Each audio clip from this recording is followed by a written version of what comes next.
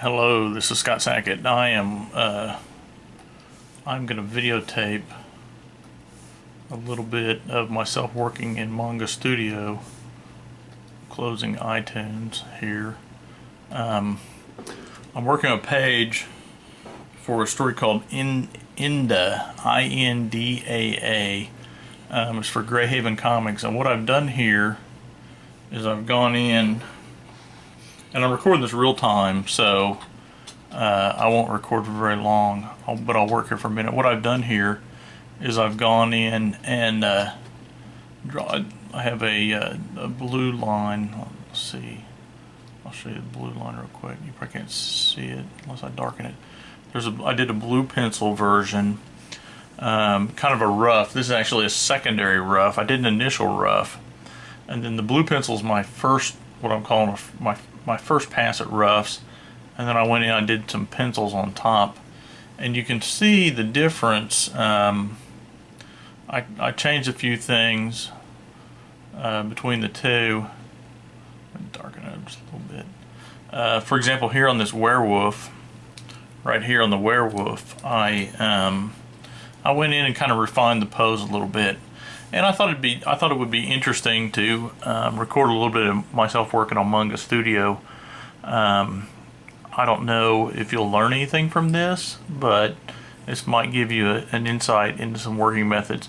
What I have right here is what I've done in Manga Studio to make it easier on myself. Is I basically fiddled around with the tools. Manga Studio has tools that are basically infinitely adjustable. In other words, you can, depending on the tool, you can adjust the opacity, you can adjust whether it's pressure sensitive or it's not, all various sorts of things. And so what I did is I created, I don't know if you can read them, but I created my own tools that roughly correspond to what I would use to ink in real life, and they're duplicates of existing tools, but I made duplicates and then I've tweaked them so that I still have the original tools to use, and they're in their own little container, and I don't even have them, like some of these are pencil tools, some of them are inking tools. They're just the tools that I use. That seems to speed it up a little bit for me. I can kind of put this to the side. I'm working on a Windows machine. I have an Intuos 4, I think it is, and I'm working on it. I also have a tablet, but I haven't been working on my tablet lately. I'm enjoying working on this because it's a little bit bigger than my tablet. My tablet is an Asus. Anyway, so I thought what I would do today is while I was working inking, I thought I'd tape a few minutes of it and post it online. Just going in and fiddling with the levels a little bit so I can get something.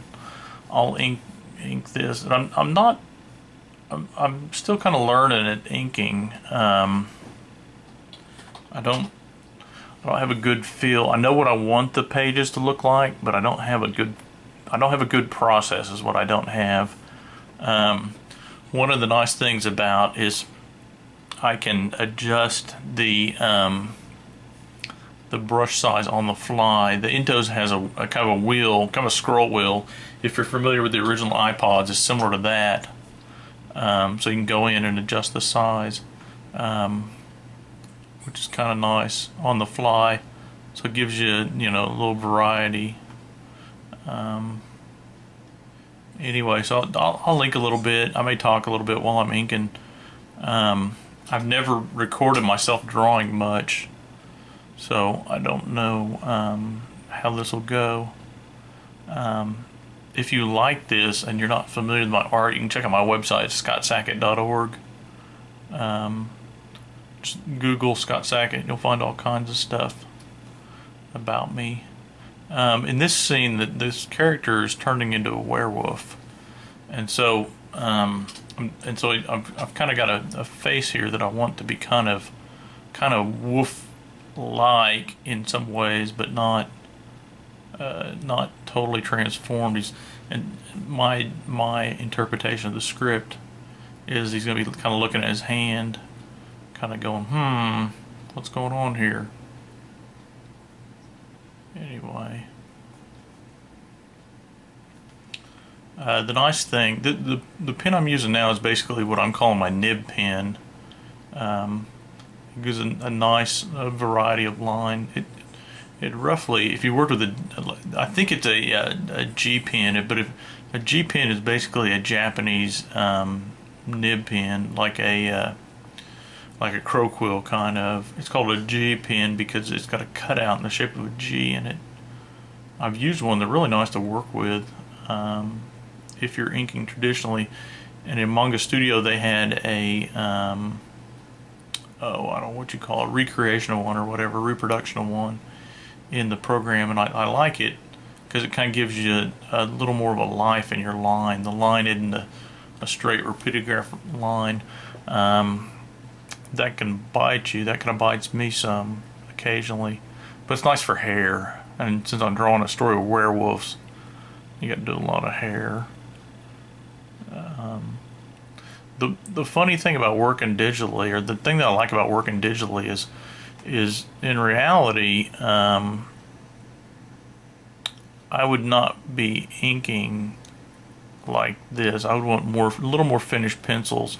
But because I'm working digitally, I can go in and adjust things. Oh, I don't like that. Hang on just a second, I'm gonna sneeze.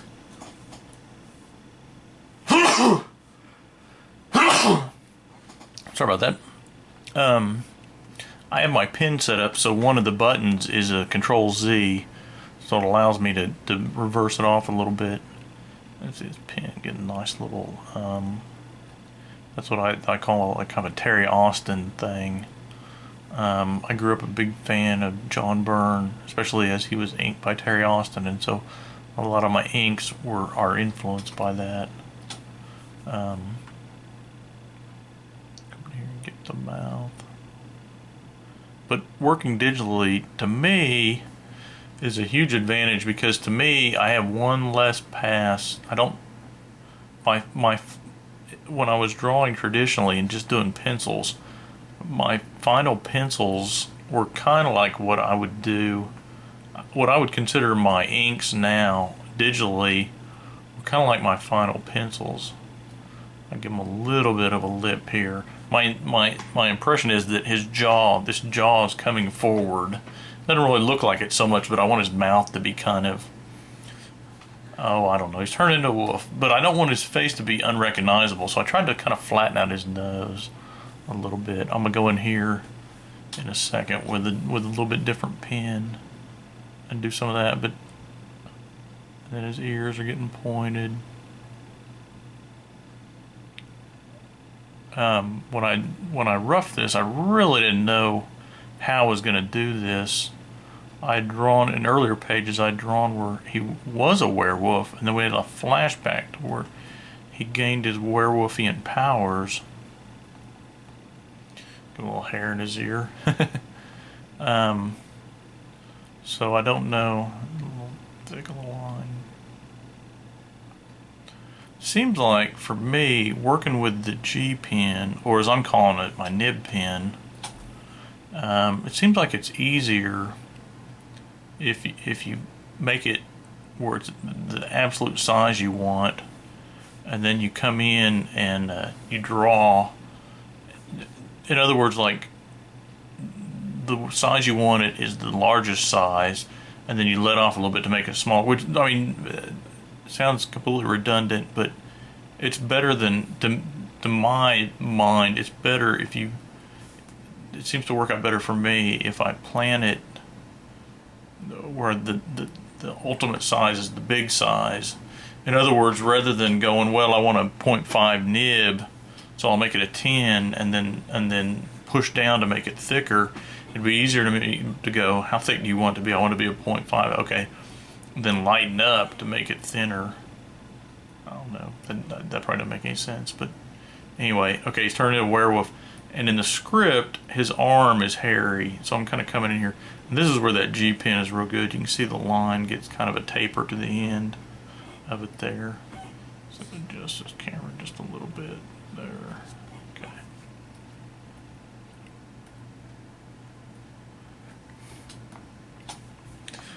This story is for a comic company called Greyhaven Comics. I've done a lot of work for Greyhaven. It's written by a guy named James Clark. It's for Greyhaven Comics. They're doing what is it? A Western horror anthology, and so that's what this is for. I'll zoom out a little bit.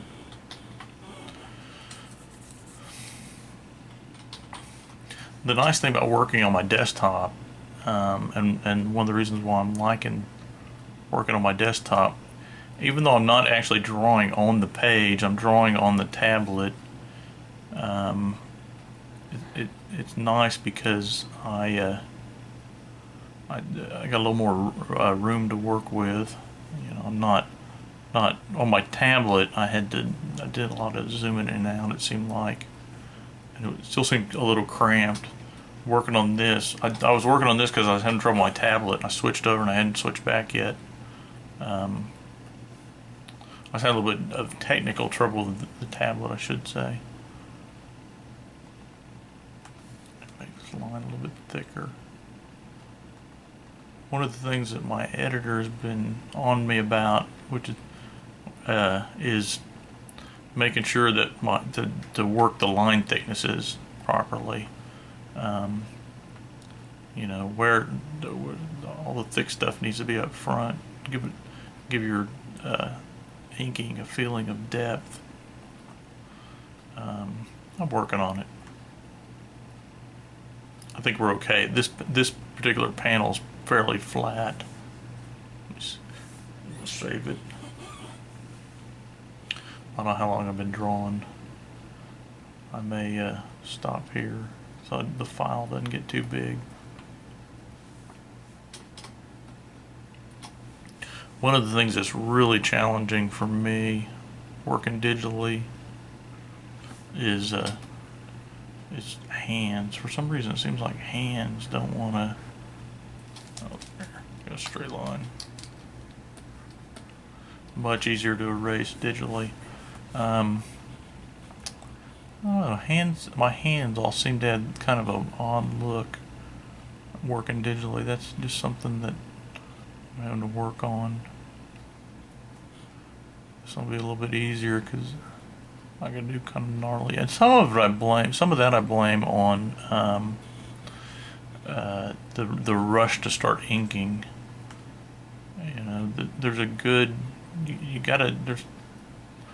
it's good to go through like a process, and sometimes the temptation is you want to skip that process and just start immediately, go straight into inks, but you tend to pay for that, and that's one of the things I'm learning.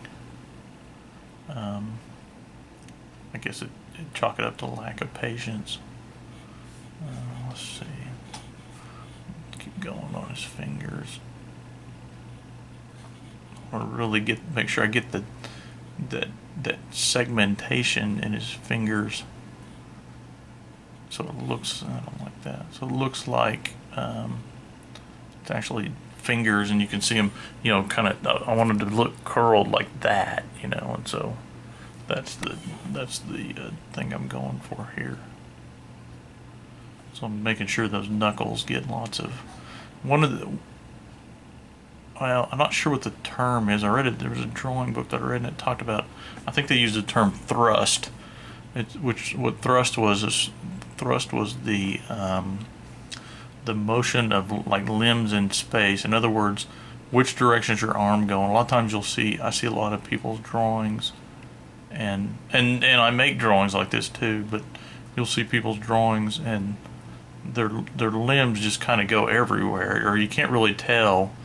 And so one of the things that I'm trying to do is kind of make sure I don't do that, especially on these hands. I want to really look like they're gnarled up. I want to, maybe not like he's in pain, but like something's going on under his skin. You know, you can see. I'll come in here and put some shading in here, a little straight.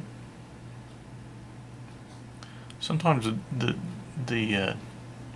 when you work digitally, it can make the lines a little straighter than you want them to sometimes. Kind of give it a little bit of shading there.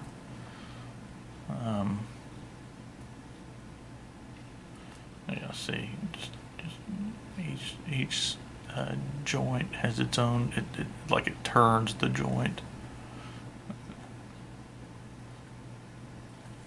Come in here with I got a pin that I'm calling a rapidograph. If you ever used a rapidograph in Manga Studio 5, I'll blow this up a little bit so you can see it. They got a pin that works like a rapidograph. So if you draw fast with it, if you're ever drawn with rapidographs, if you draw, it's a dead line, but if you whip it, it thins down, which is kind of nice. That's a setting you can set. I like that. To me, to my eye, that really makes it look like a pin, which I kind of love. I try and use the pen as much as I dare on this. Move up a little bit. I'll come in later with the nails. I'll come down here and put some of that.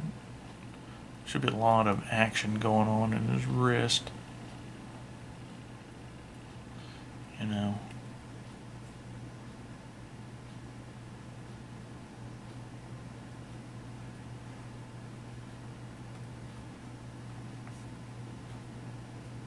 One of the things I've been doing is like throwing some stray lines across there, across areas, trying to keep it consistent with the motion of the thing, of the figure. You know, so that if you throw a stray line across there and you do it right, like that, or like that, you know, it adds to the depth. But if you do it wrong, like that, you know, or like that, it tends to fight against it. So if you do that, you want to make sure that it goes the right direction. You know, put little scratches. Just, you know, I figure, you know, it's an Indian tribe and they're fighting against these guys, and so there's bound to be lots of scratches. See, I don't have a good line right there, so I'm going to go back in and add a little bit of that. Use the nib pen.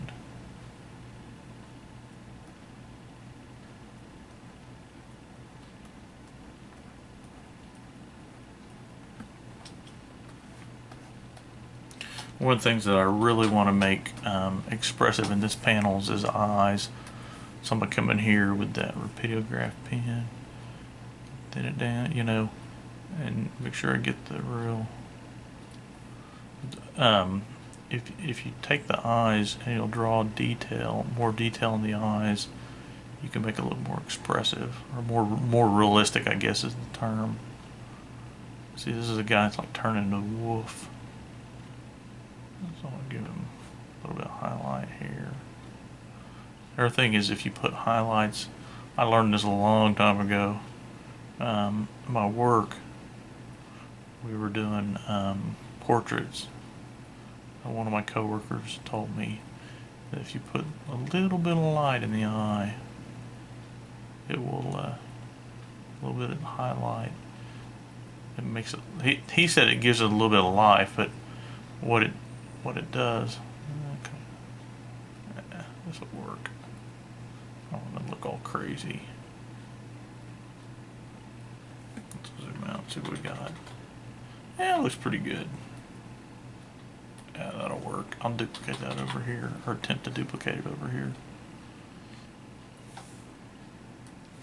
But what he told me was if you come in and you put that, or what it does. He said it makes it look like it's lifelike, but what it's doing is your eye is wet, and so you'll have a reflection on your eye, and that little light shine makes it look like it's wet, which says eyeball. Nothing says eyeball like a wet eye. Or something like that.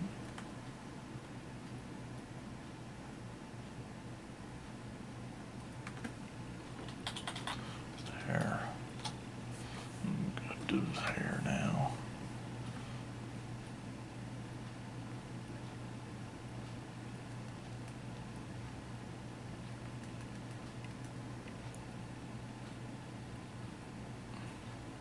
one of the things about digital inking that's like regular inking is if you hesitate too much, it'll you got to be smooth with it. You can screw up digital inking as easily as you can screw up regular inking. Of course, the difference is you can Control Z like that. A lot easier to fix messed up digital inks, and that's why I work digitally. That's why I ink digitally. My comic career got to the point to where I realized I needed to ink my own stuff. I'd done a project or two that somebody else inked, and they did okay, but I don't want to say I didn't like the way it looked, but I don't know. It wasn't what I was expecting. Let's put it that way. And not that anything I ink is ever like I expect it, but I just thought I don't know. But the ability to ink, and a lot of the publishers I work with are small press, and so they don't have inkers. So I'd either have to find my own, which has its own set of problems, or I'd be relying on other people, and their deal, like the deal for the publishers that I'm working with, a lot of them, it's like, okay, you're in this anthology, but if somebody flakes out, you'll get cut. And as the artist, the writer's always like, I could screw over the writer and the story get cut, but I don't ever want to put myself in a position where someone can screw me over, either on accident or inadvertently or whatever, or just flaking out or whatever. I don't want to put myself at somebody else's mercy if I can avoid it. And I can by working digitally. And I really do enjoy it. My storytelling has gotten better because I'm able to go in, like I'll show you on this page. I really didn't have, my roughs are really loose on here. And so I went in and I made stuff bigger. Like I made this guy bigger. And I'm going to go in and add some serious fangs on him and some serious claws so you can tell. But I mean, it's real easy when you're working digitally to kind of get your storytelling right, because you can go in and edit it. This panel right here is a good example. You can see the, let's see, I don't know if you can see the roughs. The roughs are just scribbled. The pencils aren't much better, but I went in and I roughed it in, and I kind of knew what I wanted on that page, but then when I was actually drawing, I read the script a little bit closer and realized I need to make a few changes. Anyway, I'm going to stop that for now, so this isn't too long. Anyway, thanks for watching. Check out my website, scottsackett.org. I do a weekly podcast with my friend D.L. Nelson. It's called Better Than Fiction. It's available through Podomatic and through iTunes. Look for Grey Haven Comics. Look for the coming out fairly soon. Look for the Western Horror Anthology. And anyway, if you like this, drop me a line at scottdsackett@gmail.com. Anyway, good night.